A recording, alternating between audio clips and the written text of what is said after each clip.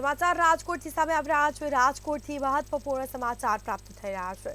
રાજકોટથી સમાચાર સામે આવી રહ્યા। રાજકોટ સિવિલ હોસ્પિટલના ન્યુરો સર્જનનું રાજીનામું, જેમાં ડોક્ટર સેજવલિયાએ રાજીનામું આપ્યું છે। તો આ સાથે જ સિવિલ હોસ્પિટલનું ન્યુરો વિભાગ ખાલી થયું છે। ઓપીડી માટે નવા ન્યુરો સર્જનની ભરતી શરૂ થઈ છે। સૌરાષ્ટ્રની સૌથી મોટી સરકારી હોસ્પિટલ ન્યુરો સર્જન વિહોણી બની।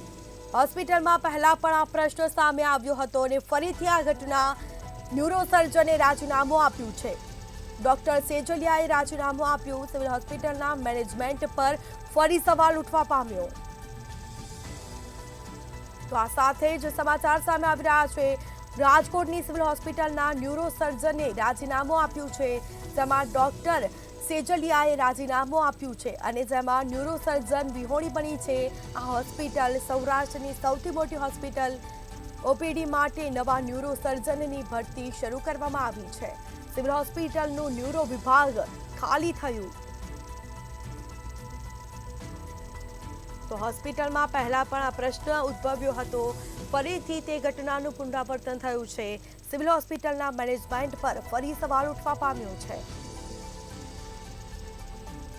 તો રાજકોટ સિવિલ હોસ્પિટલના ન્યુરો સર્જને રાજીનામું આપ્યું છે। ડોક્ટર સેજલિયાએ રાજીનામું આપ્યું છે।